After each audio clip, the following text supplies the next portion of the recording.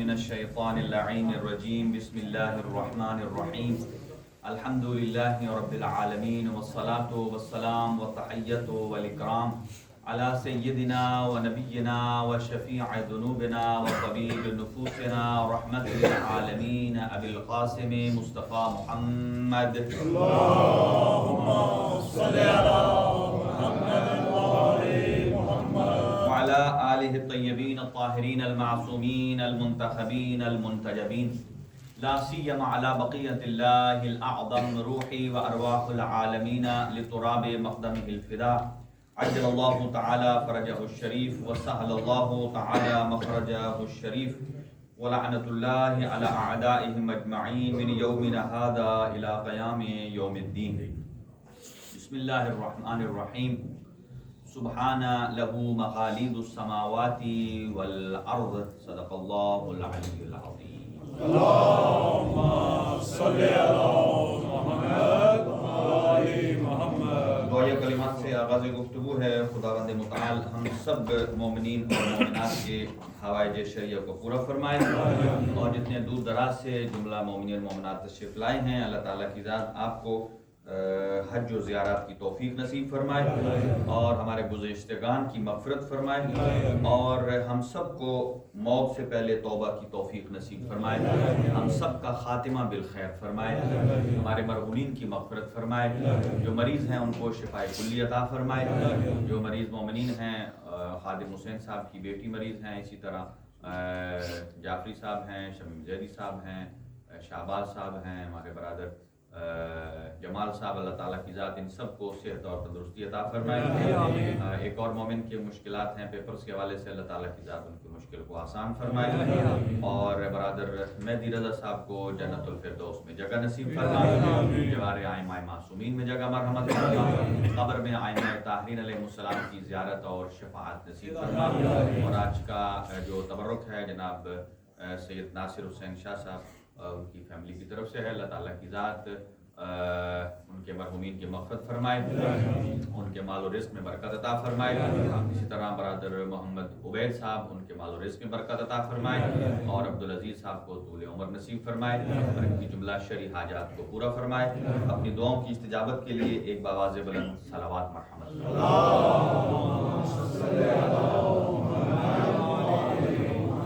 تمام مومنین مرحومین کے لیے بالعموم اور بالخصوص برادر مہدی رضا صاحب کی روح پرفتو کے ایصال کے لیے رحم اللہ من قرأ الفاتحہ. بسم اللہ الرحمن الرحیم. الحمد للہ رب العالمین الرحمن الرحیم مالک یوم الدین ایاک نعبد و ایاک نستعین اهدنا الصراط المستقیم صراط الذین انعمت علیہم غیر المغضوب علیہم ولا الضالین. اللهم اجعله عندك في اعلى عليين واخلف على اهله في الغابرين وارحمه برحمتك یا ارحم الراحمین. پروردگار مرحوم کے درجات بلند فرما, ان کے لواحقین پسماندگان, ان کے بہن, ان کی جو فیملی ہے, اللہ تعالیٰ کی ذات ان سب کو, ان کی اولاد کو صبر اور تحمل کی توفیق عنایت فرما اور اولاد کو والد کے نقش قدم پر چلنے کی توفیق عطا فرما. ایک صلوات مرحمت فرمائیے اپنی دعاؤں کی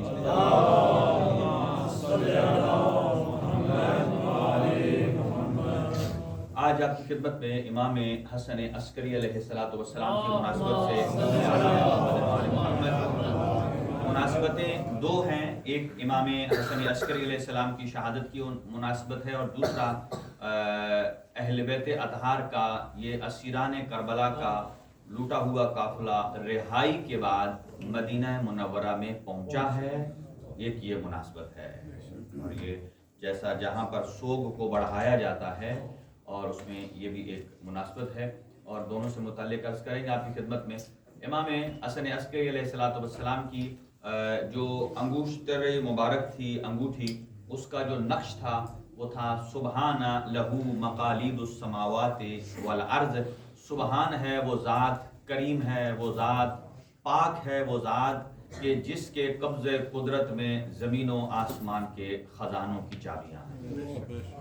یہ ہر ذکر کا ایک خاص اپنا اثر ہے اور خاص طور سے دیکھیں ہر بندے کی ایک اپنی مخصوص جگہ ہے. یہاں بھی ہر بندے کی ایک سوسائٹی میں مخصوص ایک اس کا مقام ہے, وہ مقام اسی کا ہے, اس کی جگہ دوسرے کا نہیں ہے. جیسے کہ جتنے مومنین ہیں ہمارے، جتنی مومنات ہیں، ہر ایک کی جو خدمات ہیں، ہر ایک کی جو ایک سوسائٹی میں ایک جگہ ہے، وہ اس کی ایک اپنی منفرد جگہ ہوتی ہے، ہر آدمی کی ہے. ہماری دعا ہے کہ اللہ تعالیٰ تمام مومنین کو طول عمر نصیب فرمائے. اور برادر مہدی رضا صاحب خداوند عالم وہ چونکہ ذکر اہل بیت کرتے تھے، اہل بیت کے نواں خان تھے، ابھی تک ہمارے ذہنوں میں موجود ہیں. اور دیکھ لیجئے، یہ ایک شخص نے ملک الموت سے ملاقات ہوئی تو اس سے کہا کہ بھائی تیرے ساتھ میرا ایک ایگریمنٹ ہے کہ تو نے مجھے بتائے بغیر نہیں آنا. اس نے کہا ٹھیک ہے، بتا کر ہی آئیں گے. ایک دن اچانک آ گئے. بھائی یہ تو پھر بات ٹھیک نہ ہوئی، آپ نے تو کہا تھا کہ ہم بتا کے آئیں گے، ایسے ہی آ گئے. اس نے کہا ہم نے کتنی دفعہ تمہیں بتایا تھا، کتنی دفعہ ہم نے تمہیں بتایا تھا، تم نے اس کی پرواہ نہیں کی. کہا کیسے؟ کہا تمہارے فادر کی ڈیتھ ہوئی تھی. کہا وہ کس نے روح قبض کی تھی؟ کہا وہ علامت ہی تو تھی تمہارے لیے، بتانے ہی تو آئے تھے کہ آج ان کا آپ کا، آپ کی فیملی کے اور بھی برانچ جو ہیں. لہذا اسی لیے کہا جاتا ہے کہ ایک مومن کی جو موت ہے دوسروں کے لیے عبرت کا سامان بھی بنتی ہے، سوچنے سمجھنے کا موقع بھی فراہم کرتی ہے. یعنی چلتا پھرتا آدمی، خدمت گزار، نوحہ پڑھنے والا، ماتم کرنے والا، منقبت پڑھنے والا، ایک دم وہ جگہ بیچ میں سے خالی ہو جاتی ہے. جب معصوم سے کسی نے پوچھا کہ ہم موت سے ڈرتے کیوں ہیں، آپ نے ارشاد فرمایا دیکھو یہ سب کچھ مال کی منفعت ہے، تم نے جہاں کے لیے مال اکٹھا کیا ہے وہیں کے لیے تم رہنا چاہتے ہو. کہا چونکہ تم نے دنیا کا مال اتنا جمع کر لیا ہے اب تمہیں یہاں سے چھوڑنے کو دل نہیں کرتا. اگر تم نے یہی مال آخرت میں منتقل کیا ہوتا تو تمہیں دنیا میں رہنے کا شوق نہ ہوتا بلکہ آخرت میں جانے کا زیادہ شوق ہوتا.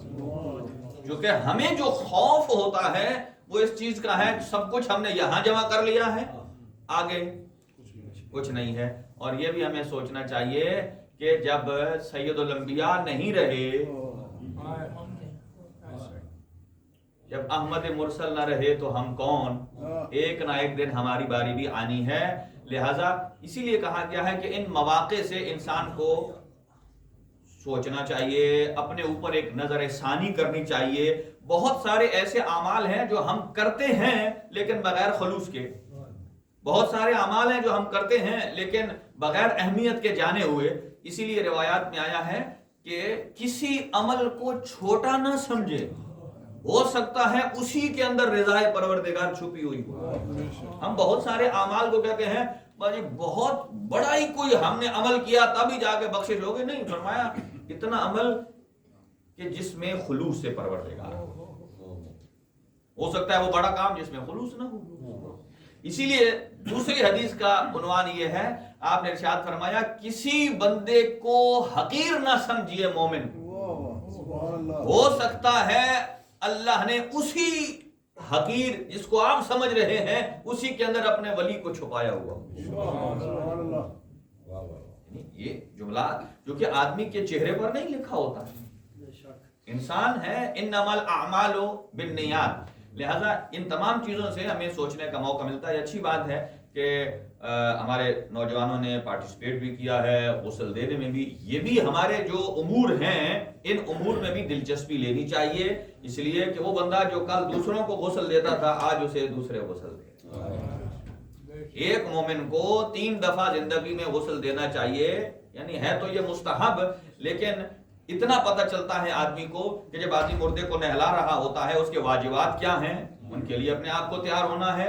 پھر جب کفن پہنایا جاتا ہے تو کفن اسی لیے روایات میں ہے کہ اپنی حلال کی کمائی سے کفن کو الگ سے خرید کر رکھ لیا جائے، اور پھر حلال کی کمائی بھی پلس اس کے اوپر خمس جو واجب ہے وہ بھی ادا کیا جائے. یعنی کم از کم جتنے پیسے کا کفن آتا ہے اتنے پیسے پر تو ہم خمس دے سکتے ہیں.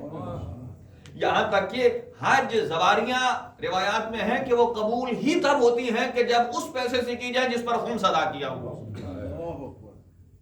یعنی اگر مثال دے رہا ہوں، اگر ایک آدمی کی زیارت پر خرچ آتا ہے، مثال دے رہا ہوں 1000 یورو، تو 1000 یورو میں سے تو خمس نکالنا کوئی مشکل بات نہیں ہے۔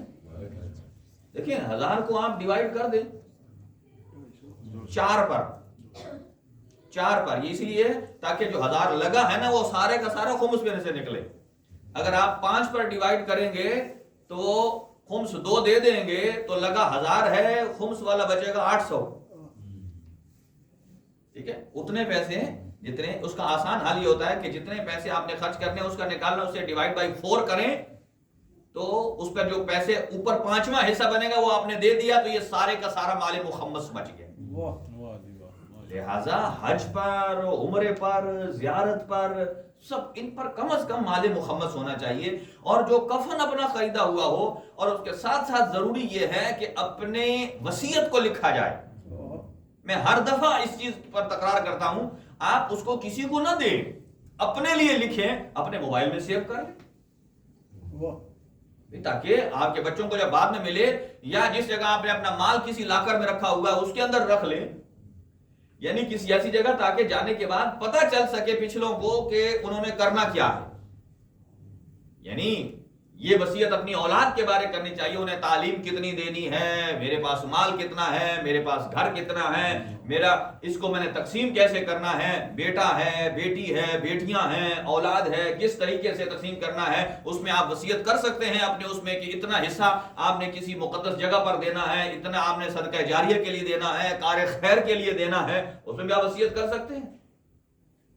لیکن یہ تب ہوگا، پچھلوں کو پتا چلے گا کہ جب وصیت آپ کی کہیں تحریری شکل میں موجود ہوگی، یا آج کل تو ایزی ہے، وائس نوٹ میں آپ ڈال دیں گے۔ لہذا اپنے لیے یہ اس لیے کہ آخری وقت تک اگر انسان کو بولنے کا موقع نہ ملے، آپ کی حسرتیں تو دل میں ڈوب گئی۔ اور اسی لیے کہا گیا ہے کہ ایک شخص نبی اکرم صلی اللہ علیہ وسلم جب وہ جانکنی کے عالم میں تھا، اور جانکنی روح نکلنے کی کیفیت کو کہا جاتا ہے جانکنی۔ نبی معظم صلی اللہ علیہ وسلم آئے، دیکھا تو اس کی روح مشکل سے نکل رہی تھی، تو آپ نے فرمایا کہ یہ چھوٹی سی دعا پڑھ لو، جلدی روح نکل جائے۔ کون سی دعا؟ مفاتیح الجنان میں بھی ہے۔ ہم چونکہ چھوٹے عمل کو کوئی عمل سمجھتے ہی نہیں ہے نا، وہ عمل کیا ہے؟ فرمایا تو یہ کہو، یا من یقبل الیسیر و یعفو عن الکثیر، اے وہ ذات کی جو تھوڑے سے عمل کو قبول کرتی ہے اور بڑی سی بڑی خطاؤں کو معاف کرتی ہے۔ اقبل منی الیسیر واعفو عنی الکثیر، یہ دوسرا جملہ ہے۔ اے وہ ذات کہ جو تھوڑے کو قبول کرتی ہے اور بڑی بڑی خطاؤں کو معاف کر دیتی ہے، میرے بھی کو اعمال زیادہ نہیں ہے، میرے تھوڑے عمل کو قبول فرما، اور ہمارے زیادہ گناہ اور خطا ہیں ان خطاؤں کو درگزر فرما۔ بس یہ جملہ جب اس نے دہرایا اور فوراً اس کی روح قبول۔ ان تمام امور کی طرف توجہ ضروری ہے تاکہ اپنی اولاد کو بتایا جائے۔ پھر جتنے امور ہیں غسل کے، تجہیز کے، تکفین کے، کہ غسل 3 غسل ہیں، پہلے بیری کے پتے کا غسل ہے، پھر کافور کا ہے، پھر خالص پانی کا ہے، ان مسائل سے بھی آگاہ ہونا چاہیے ہمارے بچوں کو۔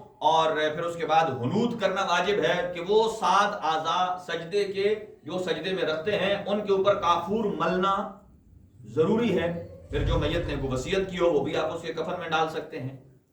تو یہ ایسی تمام چیزیں ہیں کہ جو پہلے سے طے ہونی چاہیے، اور بندے کو اپنی ذات کے لیے جب اتنا زندگی کے لیے بہت کچھ کرتا ہے تو کم از کم وہ اپنی لائن کو سیدھا کر کے جائے، کہ تاکہ اس کے بعد کچھ چیزیں مخفی نہ رہیں۔ بہرحال یہ ہم سب کا ایک وظیفہ ہے۔ اور امام کی یہ جو حدیث ہے، نقش ہے، سبحان لہو مقالید السماوات والارض، کہ سبحان ہے وہ ذات کہ جس کے قبضہ قدرت میں زمین و آسمان کی چابیاں ہیں۔ تو امام حسن عسکری علیہ السلام کی عمر مبارک ہے 28 سال۔ آج امام زمان کی یتیمی کا دن ہے۔ 28 سال آپ کی ٹوٹل عمر مبارک ہے، اور 6 سال دور حکومت ہے، اور اس میں 6 سے زائد جو ہے آپ کی زندگی میں خلفاء گزرے ہیں، جو خلیفے تھے۔ اور ان میں سے ان کا نام دیکھیے، نام کتنے اچھے ہیں لیکن کام دیکھیں، واثق باللہ، کہ اللہ کا مورد اعتماد، وثوق کرنے والا. اور اس کے بعد متوکل آیا، اور متوکل عباسی جو ہے اس کو کہا جاتا ہے کہ یہ ثانی یزید ہے. اس نے اتنے مظالم ڈھائے ہیں، اور کوئی امیر المومنین سے اور ان کے چاہنے والوں سے کوئی اتنی زیادہ دشمنی تھی اس کو کہ اپنی محافل میں ایسوں کو بلاتا تھا کہ جو امیر المومنین کی نقل اتارتے تھے، اور پھر یہ آگے سے اپنے رقص و سرود میں اور پھر جو یہ کر سکتا تھا وہ کرتا تھا.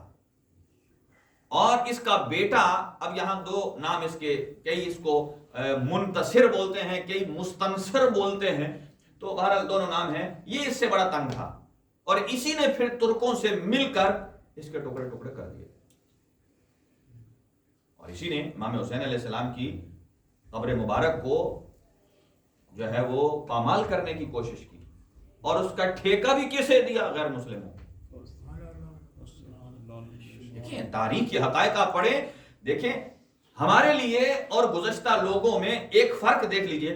ہمارے A to Z ہماری زندگی میں ہمارے ایک ہی امام ہے، اور وہ کون ہے؟ صاحب العصر والزمان، اجل اللہ تعالی.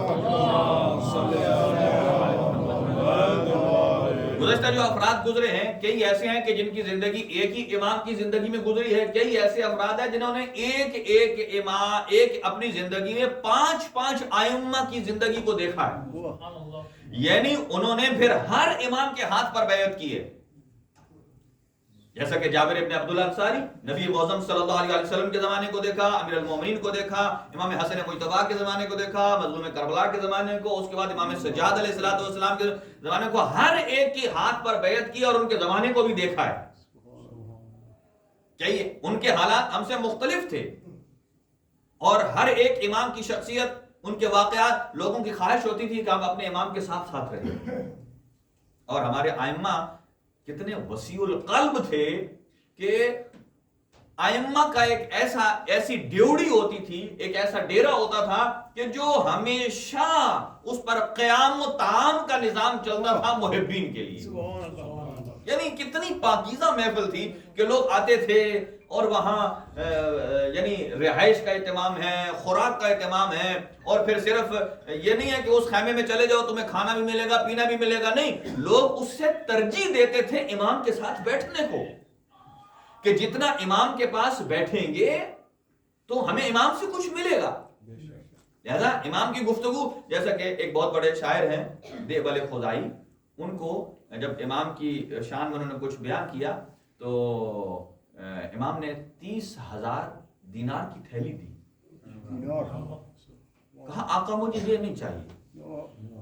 کہا میں نے اس لیے نہیں کیا، کہا میں نے آپ کی اور آپ کے جد کی خوشنودی اور قرب الہی کے لیے تو میں نے یہ بیان کیا ہے. تو کہا پھر تمہیں کیا چاہیے؟ کہا مجھے آپ کا وہ پیراہن چاہیے جو آپ نے زیب تن کیا. امام نے وہ پیراہن بھی دیا، کہا یہ جو ہم نے تجھے عطا کر دیے ہیں نا، یہ ہم ابھی اسے واپس نہیں کرتے. لہذا اور پہلا زمانہ واثق باللہ کا، پھر متوکل کا آیا، متوکل بہت ظالم تھا. اس کے بعد اس کا بیٹا منتصر آیا، اور اس منتصر کے کئی کام اچھے تھے.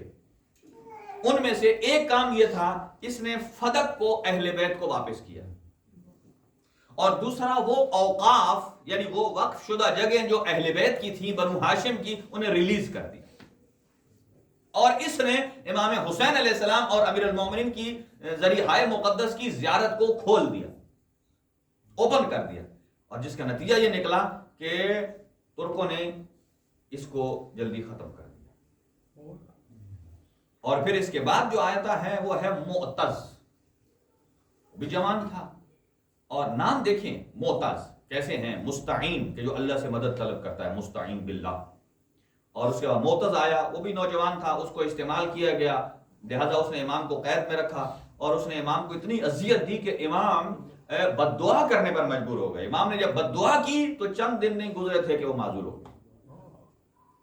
اور اس معتز کے بعد آتا ہے محتدا، اور اس نے بھی ایسے ہی اذیت دی.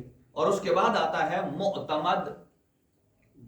یا اس کو معتمد اللہ جو اس کا نام لکھا ہوا ہے ہر ایک کے ساتھ اللہ لگایا ہوا ہے. معتمد اللہ یہی معتمد باللہ کہتے ہیں. اگر معتمد میم پر زبر کے ساتھ پڑھے فعل مفعول ہے, اور معتمد باللہ یا کہتے ہیں معتمد اللہ یعنی وہ ہے کہ اللہ پر اعتماد کرنے والا.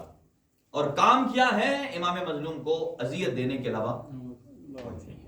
تو امام حسن عسکری علیہ السلام نے اپنی یہ جو 6 سالہ دور امامت رہا ہے, اس دور امامت میں 2-3 کام انتہائی اہم کیے ہیں. پہلا کام ہے عقیدہ مہدویت کا پرچار, اور دوسرا امام مہدی کا تعارف. 2 کام انتہائی اہم ہیں. یہ 10ویں امام سے آنورڈ, 9ویں امام سے یہ کام شروع ہو گیا تھا. 2 کاموں پر ائمہ نے زیادہ فوکس کیا, وہ ہے نظام وکالت. نظام وکالت یہ باقاعدہ تیاری ہو رہی تھی 2-3 اماموں کے زمانے سے آخری امام کی غیبت کی, کہ اس غیبت کے لیے کیسے اپنے مومنین کو پریپیئر کرنا ہے. لہذا آخری جو 2-3 امام ہیں, امام رضا علیہ السلام کے بعد لوگوں سے ان کی ملاقات کم ہوتی تھی. اس کی 2 وجوہات ہیں. ایک یہ کہ ہمیشہ نظر بند رہتے تھے, اور دوسرا ایک وجہ یہ بھی تھی کہ مومنین کچھ عرصے کے بعد آتے, امام کی زیارت کرتے, سوالات پوچھے, چلے جاتے. یعنی ائمہ نے مختلف علاقوں میں اپنے اپنے وکیل معین کیے ہوئے تھے. لوگ آ کر کہتے تھے آقا ہم آپ کے پاس نہیں آ سکتے, آپ کے وجود سے فیضیاب نہیں ہو سکتے. کئی وجوہات ہیں, ایک تو سفر طویل ہے, دوسرا اگر آ جائیں تو آپ سے ملاقات کا شرف نہیں ملتا. تو ائمہ انہیں بتاتے تھے جاؤ فلاں علاقے میں ہمارا چاہنے والا ہے, عالم ہے, راوی ہے, جاؤ اس سے جا کر مسئلہ پوچھو, جو وہ کہے گا وہی ہم کہیں. لہذا وہاں معین کیا ہوا تھا لوگوں کو, اسے کہتے ہیں نظام وکالت. اور یہ جو نظام وکالت ہے یہ صرف مسئلہ پوچھنے پچھانے کے لیے نہیں تھا, ائمہ سے ارتباط کے لیے تھا. یعنی کہ ائمہ کے ساتھ رابطہ ہو جائے, سوال و جواب کا, اپنے ذاتی مسائل کا, اپنے دینی مسائل کا. چونکہ بہت سارے ایسے مسائل ہوتے ہیں کہ انسان دینی مسائل تو پوچھ لیتا ہے سب کے سامنے, لیکن ذاتی مسائل انسان چاہتا ہے کہ ہم پرائیویٹلی بات کریں. اور اسی طریقے سے جو وجوہات ہیں, خمس ہے, زکات ہے, عطیات ہے, مال امام ہے, وہ کس طریقے سے امام تک پہنچانا ہے اور کس طریقے سے اسے صرف کرنا ہے. ضروری نہیں ہے کہ وہ پہلے امام کے ہاتھ میں جائے, پھر یہاں سے ٹریول کر کے اس جگہ پر جائے, غریب کو ملے. امام نے اپنا نظام وکالت بنایا ہوا تھا, انہیں بتایا ہوا تھا یہ وجوہات اگر آئیں تو اسے فلاں مد میں خرچ کرنا ہے, یہ وجوہات اگر آتی ہیں, خمس ہے, زکات ہے, فلاں غریب کو, فلاں نادار کو, فلاں مسجد کے لیے, فلاں دینی کام کے لیے, رفائی کام کے لیے خرچ کرنا ہے, تو وہیں سے بیٹھ کر وہ خرچ کرتے تھے. خرچ وہ کر رہے ہیں اور اذن امام عطا فرما رہے ہیں. یہ نظام وکالت جو قائم ہوا امام محمد تقی علیہ السلام کے زمانے سے شروع ہوا, امام نقی علیہ السلام اور امام حسن عسکری علیہ السلام نے اسے وسیع کر دیا, اور نظام وکالت اسے عام کیا لوگوں کے مسائل پوچھنے کے لیے. علم و عبادات تو اپنے مقام پر تھا ہی تھا, لیکن اس کے ساتھ ساتھ ائمہ نے مختلف گروہوں کے اوپر سے پردے کو ہٹایا ہے. 4 گروہ زیادہ تھے اس وقت. ایک تھے صوفیزم, ایک اور گروہ تھا واقفہ, ایک ہے ثنویہ, اور ایک ہے مفوضہ. توجہ ہے نا حضرات؟ آج ہمارے لیے ایک سعادت کی بات یہ ہے کہ ہمارے پاس امام حسن عسکری علیہ السلام اور عسکریین سے ہمارے پاس امام کی قبر مطہر کا پتھر جو آپ کی قبر پر لگا رہا ہے بطور زیارت ہمارے پاس.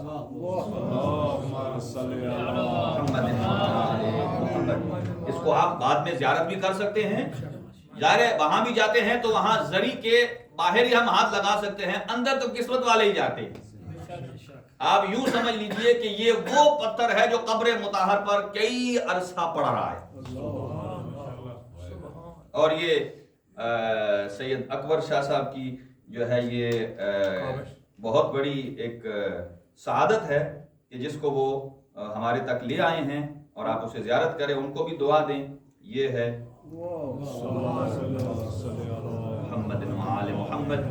دیکھ لیجئے ہمارے لیے شفاعت کے کتنے سامان ہیں. شرط یہ ہے کہ ہمارا عقیدہ مضبوط ہونا چاہیے. دیکھیں بخشش کے ہمارے پاس کتنے سامان ہیں. یعنی اگر جو وہاں نہیں جا سکتا وہ یہیں علم عباس کے پاس چلا جائے، جتنا خلوص ہوگا اسے وہی ملے گا جو وہاں کربلا میں ابو الفضل عباس کے پاس۔ کتنے وسیلے ہیں ہمارے پاس، لیکن اگر ان وسائل کے ہوتے ہوئے بھی پھر ہم اپنی مغفرت نہ کروا سکیں تو پھر ہم سے کم وقت کوئی آدمی نہیں ہے۔ لیکن اوروں کے پاس دیکھیں کوئی وسیلہ بھی نہیں، لوگ وسیلہ وہ کہتے ہیں ڈائریکٹ خدا کے پاس جاؤ۔ ہمارے پاس شعائر اللہ کی شکل میں 14 معصوم موجود ہیں، شہداء کربلا ہیں، ساتھ وہ کسے کہتے ہیں شعائر اللہ کے جسے دیکھ کر اللہ گویا کہ اللہ تک پہنچنے کا وسیلہ، اہل بیت بھی اللہ تک پہنچنے کا بہترین وسیلہ ہے۔ انشاءاللہ مزید گفتگو اس پر بعد میں کریں گے۔ تو 4 گروہ ہیں، ایک ہے صوفی ان کے بارے میں بھی امام نے ارشاد فرمایا کہ یہ 2 صدی ابو الہاشم کی ایجاد ہے، اور اس نے ان کا یہ ہوتا تھا کہ شہر سے باہر چلے جائیں اور اپنے آپ کو مقدس بنائیں، اور وہ اپنی عبادت جو کرتے تھے اس پر ہم زیادہ گفتگو نہیں کرتے۔ دوسرا ہے واقفہ، یہ ایک گروہ تھا کہ جو امام رضا علیہ السلام کی امامت کو قبول کرنے سے منکر ہو گیا۔ امام موسیٰ کاظم علیہ السلام کا نائب تھا علی مدائنی، اور ایک اور تھا عثمان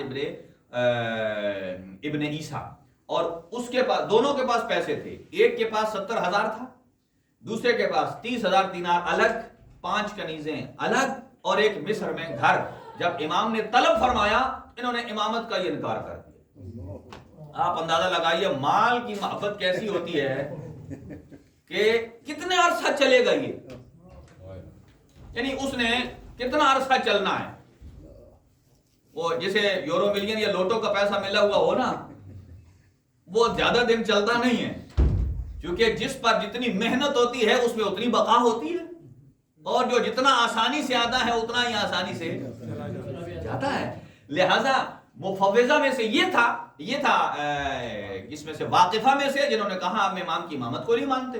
جب 8ویں امام کی امامت کو نہیں مانا تو بعد والوں کی کہاں مانیں گے؟ اور اس کے بعد ایک اور عقیدہ ہے سنویہ، سنوی نکلا ہے 2 سے، اثنین سے نکلتا ہے، اور یہ وہ تھے کہ جو 2 خداؤں کے قائل تھے۔ کہتے ہیں ایک خدا ہے جو روشنی دیتا ہے، ایک خدا ہے جو اندھیرا پیدا کرتا ہے۔ آج کل کا جو ہمارا ایک چھوٹا سا بچہ ہے نا، اسے بھی پتا ہے کہ روشنی اور اندھیرے میں ایک چیز خلق ہوئی ہے، دوسری جو ہے وہ اس کے نہ ہونے کا نتیجہ ہے۔ دیکھیں یہاں الیکٹریسٹی والے آپ کے اگر آپ لائٹ جلتی ہے تو پیسے لیتے ہیں نا، بل آتا ہے، کیونکہ وہ آپ کو لائٹ دے رہے ہیں، بنا رہے ہیں۔ انہوں نے کہا ہے کہ اندھیرے کے بھی آپ سے پیسے لیں گے آپ سے، کیونکہ وہ اندھیرا کیا ہے؟ وہ روشنی کا نہ ہونا اندھیرا۔ انہوں نے مجوسی تھے، انہوں نے کہا ایک خدا ہے جو روشنی دیتا ہے، ایک خدا ہے جو گویا وہ کہتے تھے دن کا خدا الگ ہے اور رات کا خدا۔ ایک شخص آیا اور وہ آیا اور کہتا ہے کہ میرے والدین کے لیے دعا کیجئے امام کے پاس۔ امام نے اس طرح دعا فرمائی، رحم اللہ والدتک بالتاء المنقوطہ، جس کا مطلب یہ ہوتی ہے تا نقطے دار۔ فرماتے ہیں اللہ تیری والدہ پر رحم کرے۔ والد کا نہیں کہا اس لیے اس کی والدہ مسلمان تھی اور والد اس کا سنوی تھا جو 2 خداؤں کا قائل تھا، روشنی والا الگ اور اندھیرے والا الگ۔ فرمایا اللہ رحم کرے صرف تیری والدہ پر، اس پر نہیں کہ جو خدا کا ساتھ شریک قرار دیتا ہے، ایک کے علاوہ 2 خدا بناتا ہے۔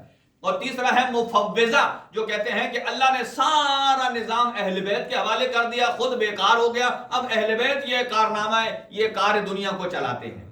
اور ایسا شخص جب امام کے پاس آتا ہے سامنے، امام نے جب دیکھا وہ آ رہا ہے تو فوراً قرآن کی آیت پڑھ رہے ہیں کہ ہم اللہ کے عباد مکرم ہیں، اللہ کے باعزت ترین آدمی ہم اہل بیت ہیں، ہم اہل بیت ہیں۔ لہذا ان تک امام علیہ السلام نے کس طریقے سے ان کو رد کیا اور اپنے شاگرد تیار کیے۔ 150 تک شاگردوں کی تعداد ہے، حالانکہ 6 سال کا عرصہ ہے اور قید میں بھی رکھا ہوا ہے، لیکن اس کے باوجود امام نے تعلیم اور تربیت کو سٹاپ نہیں کیا۔ تعلیم و تربیت ہر اعتبار سے کرتے رہے ہیں۔ ایک صلوات پڑھیں، میں 2 چیزیں عرض کرتا ہوں آپ کی خدمت میں۔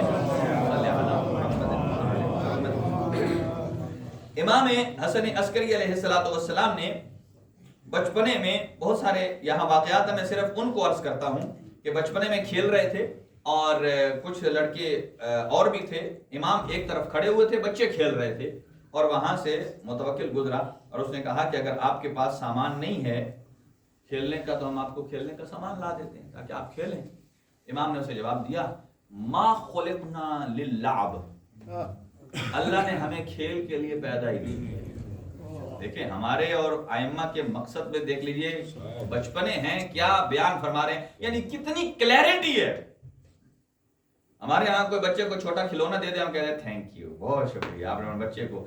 وہ کہتے ہیں ہم کہتے ہیں اگر کیوں دیا آپ نے، کہا اس کی کھیلنے کی عمر. اور کیا فرماتے ہیں ما خلقنا للعب، اللہ نے ہمیں کھیل کے لیے پیدا ہی نہیں کیا. تو پھر پوچھا اللہ نے آپ کو کس لیے پیدا کیا ہے؟ فرماتے ہیں خلقنا للعلم والعبادہ، اللہ نے ہمیں علم اور عبادت کے لیے خلق کیا ہے. یعنی علم اہل بیت کس طرح پہنچتا ہے. اور بہت سارے یعنی جہاں جہاں تک آپ زندان میں جاتے رہے اور وہ لوگ متاثر ہوتے رہے، دائرہ اہل بیت میں داخل ہوتے رہے، یہاں تک کہ امام جب زندان میں تھے تو ایک شخص نے آپ سے دعا کی کہ آپ میری رہائی کے لیے دعا فرمائیں.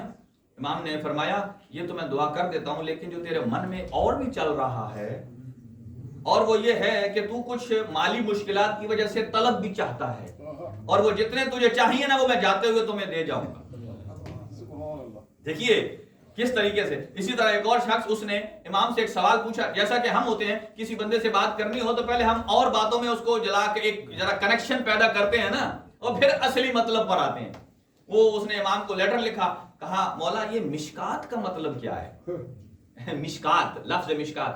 کہا لفظ مشکات تو مطلب میں تمہیں بتاتا ہوں لیکن اس کے ساتھ ساتھ تمہارے دل میں کچھ اور چل رہا ہے اور وہ یہ چل رہا ہے کہ تو یہ کہہ رہا ہے کہ دعا کیجئے کہ اللہ تعالیٰ کی ذات مجھے اولاد نرینہ عطا کرے، میری اہلیہ حاملہ ہیں. تو آپ نے فرمایا مشکات کا مطلب یہ ہے قلب پیغمبر صلی اللہ علیہ وآلہ وسلم، اور یہ جو تمہاری زوجہ حاملہ ہے اللہ رحم کرے تیرے اس بیٹے پر، اسے حیات نصیب نہیں ہوگی، اللہ اس کے بدلے میں تجھے ایک بیٹا عطا کرے گا وہ تیرے لیے صاحب حیات ہوگا. اور سیم ایسے ہی ہوا. یہاں کیا یہ رائے ہے علم کی، انشاءاللہ اسے میں پھر عرض کروں گا آپ کی خدمت میں، آج وقت نہیں ہے. اور اسی طریقے سے ایک اور نے امام کو خط لکھا بغیر، جسے کہتے ہیں نا ہمارے ہاں پینسل وہ انک ختم ہوئی ہو پین کے اندر، صرف اس ایسے اس کے ساتھ بغیر روشنائی کے انک کے. تو جیسے ہی امام کے پاس گیا امام نے جو اس نے لکھا، اسی لیے میں کہتا ہوں جب عریضہ لکھنا ہونا تو پینسل نہ ڈھونڈا کریں. ہمارے کئی لوگ ہوتے ہیں نا جب تک پینسل سے لکھے نہیں نا اپنا گھر گاڑی مال اتنا تب تک جی بھرتا نہیں ہے.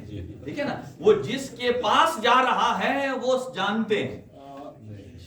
آپ انگلی کے امام نے اس نے جو امام کو خط لکھا اور واپسی پر جو امام کا جواب آیا جو اس کے سوال کا جواب تھا وہ تو تھا ہی تھا، اور آخر میں جیسے ہم وہ فرینچ میں بھی لکھتے ہیں آخر میں لکھ دیتے ہیں کہ جناب بہت شکریہ میرسی داوانس، یہ اپنا نام لکھ کر، تو اس کا نام بمائے ولدیت امام نے لکھ جو تھا دشمن اہل بیت، جب اپنے نام کو بمائے ولدیت دیکھا تو فوراً متاثر ہو کر حلقہ اہل بیت میں شامل ہو. دیکھیں اس کا مطلب یہ ہے کہ اس کی ولدیت ٹھیک بیان کی تھی امام نے، تبھی تو متاثر ہوا. لہٰذا میں 3 چیزیں عرض کرنا چاہتا ہوں آپ کی خدمت میں کہ ہمیں ایک دوسرے کے ساتھ تعزیت کیسے کرنی چاہیے اور اس کے لیے کیسے اپنے آپ کو آمادہ رہنا چاہیے. امام صاحب العصر والزمان اجل اللہ تعالی فرجہ الشریف بس ان باتوں کو سماعت فرمائیے کہ امام کا جو زمانہ امامت ہے 11ویں امام کا وہ 54 ہجری سے شروع ہوتا ہے 55 سے، اور شروع ہوتا ہے 54 سے 260 تک آپ کی شہادت ہوتی ہے. 260 کے بعد امام زمان اجل اللہ تعالی فرجہ شریف کی غیبت صغرا شروع ہوتی ہے، اور اس میں آپ کے 4 نائبین ہیں، اور 329 میں غیبت کبرا شروع ہوتی ہے. اب دیکھ لیجئے کہ ائمہ نے کس طریقے سے زمانہ غیبت کو پریپیئر کیا ہے. دیکھیں آپ کسی بھی بچے کو کوئی سکھانا ہو، آپ نے پہلے آپ ہاتھ پکڑ کے سکھاتے ہیں، تھوڑا سا، اس کے بعد پھر وہ خود چل پڑتا ہے۔ اس کا مطلب کیا ہے کہ آپ نے اسے ایک سسٹم سکھا دیا ہے، اس کے بعد اس نے خود بخود اسی سسٹم پر چل پڑنا ہے۔ تو 70 سال امام زمان نے اپنے جانے کے بعد اپنی امت کو مہار انگلی پکڑ کر سکھایا ہے کہ میرے بعد اس طرح نظام کو چلانا ہے۔ اگر امام زمان، ہم یہی اعتراض تو نبی معظم صلی اللہ علیہ وسلم پر کرتے ہیں، اگر نبی نے اپنی زندگی میں جانشین نہیں بنایا اور اپنی امت کو ایسے ہی بے مہار چھوڑ دیا ہے، اس کا نتیجہ کیا نکلنا ہے؟ اور اگر وہی کام امام زمانہ فرمائے، اپنی امت کو اصلاح کے لیے کوئی نظام نہ دے کر جائیں، تو کیا یہ اچھا لگے گا؟ قطعاً اچھا نہیں لگے۔ لہذا امام نے جانے سے پہلے 4 وکلا مقرر کیے، ان میں سے پہلے کا نام ہے عثمان ابن سعید عمری۔ ان کا گھی کا کاروبار تھا۔ دیکھیں، ضروری اسی لیے کہا جاتا ہے کہ کوئی آدمی اگر دکاندار ہے، کوئی بزنس کر رہا ہے، کوئی نوکری پیشہ ہے، اس کے اندر ولایت نہیں ہو سکتی یا وہ اللہ کا ولی نہیں ہو سکتا، ایسا نہیں ہے۔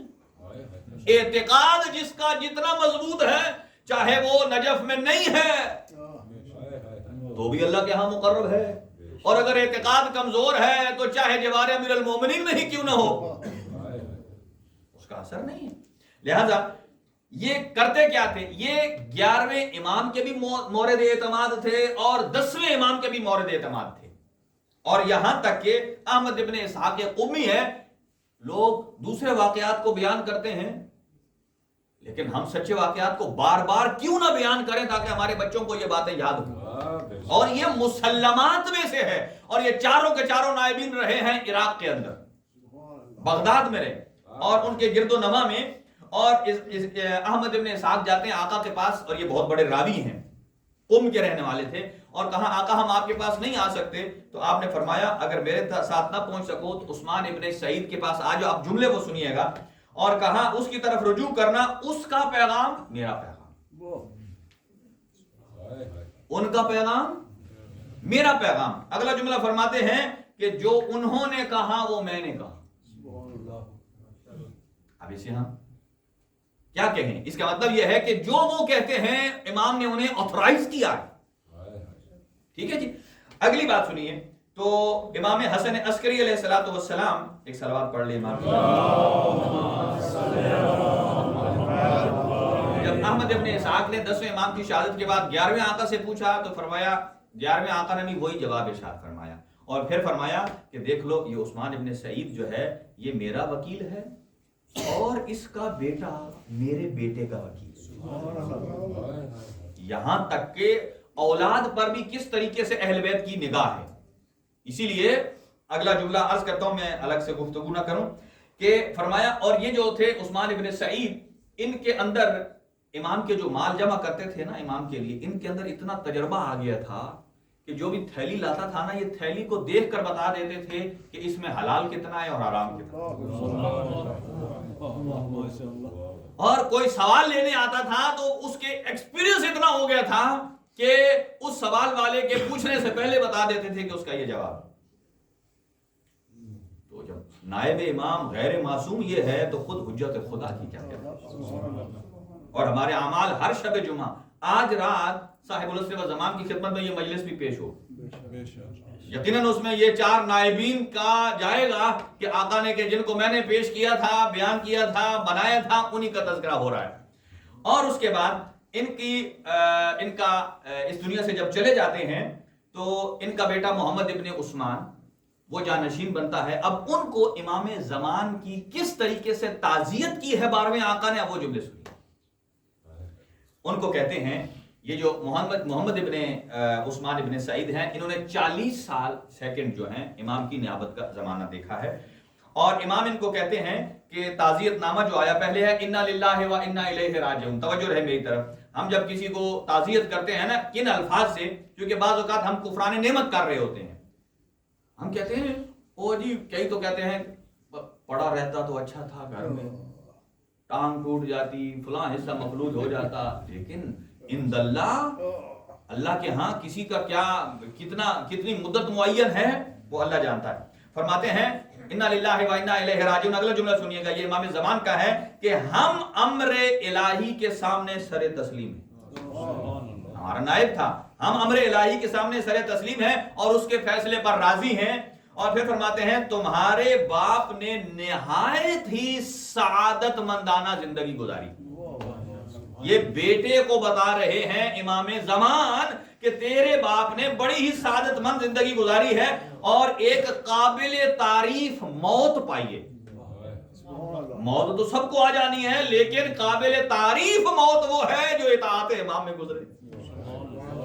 اگلا جملہ سنیے گا, پھر فرماتے ہیں خدا ان پر رحمت کرے, انہیں ان کے اولیاء اور آقاؤں کے ساتھ ملحق فرمائے, اور وہ آئمہ امور آئمہ میں برابر قرب الہی کے لیے کام کرتے رہے. یعنی ان امور کو انجام دیتے رہے جو قرب الہی کے لیے ذریعہ بنتے تھے. اور پھر فرماتے ہیں کہ تمہیں صبر کی تلقین کرتا ہوں, اور یہ مصیبت تمہارے لیے بھی بڑی مضطرب کرنے والی ہے اور میرے لیے بھی بڑی مضطرب. اس کا مطلب یہ ہے کہ ایک حقیقی شیعہ جب اس دنیا سے جاتا ہے تو زمانے کے امام بھی افسردہ ہوتے ہیں, اور اس فراق نے, اس جدائی نے تمہیں بھی مضطرب کیا ہے اور مجھے بھی. اگلا جملہ سنیے گا, اللہ انہیں آخرت میں خوش رکھے. اور پھر فرماتے ہیں اس کی خوش بختی اس میں ہے, یعنی وہ بڑا خوش بخت تھا کہ تیرے جیسا نیک بیٹا اپنے پیچھے چھوڑ کر گیا. تیرے جیسا نیک بیٹا اور اولاد اپنے بعد چھوڑ کر گیا ہے. اس لیے نبی پاک نے فرمایا ہے اگر آپ چاہتے ہیں مرنے کے بعد آپ کا نامہ اعمال کھلا رہے تو ان میں سے پہلی چیز کیا ہے, ولد صالح یستغفر لہ, ایسی نیک اولاد کے جو ان کے لیے استغفار کرے. اگر ان کے بعد نیک اولاد خالی اپنی نیکی پر لگی رہے اور باپ کو بھول جائے تو یہ کافی نہیں ہے. ولد صالح بھی ہو اور ساتھ ساتھ اپنے باپ کے لیے استغفار بھی کرے. اور اس میں یہ ضروری نہیں ہے کہ کسی کے ہاں اگر بیٹا نہیں ہے تو بیٹی یہ خدمت نہیں کر سکتی, نہیں, اس میں اولاد ہے. جو اولاد چھوڑی ہے وہ اولاد صالح ہو اور باپ کے لیے استغفار کرے. اور اس روایت کو مکمل کر دوں. دوسری چیز جو مرنے کے بعد رہتی ہے وہ ہے کہ کوئی آدمی کسی کے لیے کنواں کھودوائے. ہاں جی, کنواں کھودوائے جس سے پانی آگے جائے, لوگوں کو پلائے. تیسرا جو کسی مقام پر درخت لگاتا ہے. چوتھا جو کسی جگہ نسخہ قرآن کو رکھتا ہے, وقف کرتا ہے پرنٹ کرا کے چھپوا کے. اس ٹائم کی حدیث یہ تھی کہ لکھنا مشکل تھا, لیکن آج کل تو خالی بازار سے خریدنا ہے قرآن مجید. اور اس کے لیے میں جو افراد پاکستان جاتے ہیں ان سے گزارش کرتا ہوں جب وہاں جائیں, چونکہ یہاں سے ملتے نہیں ہیں, تو وہاں سے قرآن مجید کا ایک ایک نسخہ ضرور اپنے مرحومین کے لیے لا کر یہاں مسجد میں رکھیں. اور اگر بغیر ترجمے والا لانا چاہتے ہیں وہ تو سب صحیح ہے, ترجمے والا لانا چاہتے ہیں تو اس میں 3 ریکمنڈیشن ہے. آپ فرمان علی صاحب کا لے آئیے, اس کے ساتھ علامہ ذیشان جوادی صاحب نے جس کا ترجمہ کیا ہے انوار القرآن وہ لے آئیے. اور اس وقت جو انتہائی موسٹ فیورٹ ہے سائنسی اعتبار سے وہ ہے بلاغ القرآن. شیخ محسن نجفی دامت برکاتہ جن کا ابھی انتقال ہوا ہے, اس کا نام ہے بلاغ القرآن. اس کا جو انہوں نے ترجمہ اور تھوڑی تشریح لکھی ہے وہ اتنی ایفیکٹو ہے کہ اگر آج کا اوپن مائنڈ اگر نوجوان پڑھتا ہے تو فوراً آیات کو سمجھتا ہے, مطابقت رکھتی ہے اس کے ساتھ. لہذا ان چیزوں کو یہ ضروری ہے. اور پھر فرماتے ہیں یہ دوسرے تھے, اور اس کے بعد آتے ہیں تیسرے حسین بن روح. 21 سال, یہ جو ہم 15 شعبان کو لکھتے ہیں عریضہ, اور یہ بات یاد رکھیے صرف عریضہ 15 شعبان کے لیے ضروری نہیں ہے. آپ کی کوئی بڑی سی بڑی مشکل ہے, 40 دن مسلسل عریضہ لکھیں, فجر کی نماز کے بعد لکھ کر اسے اس مقام پر تک پہنچائیں, تو 40 دن پورے نہیں ہوں گے تو مشکل حل ہو جائے گی.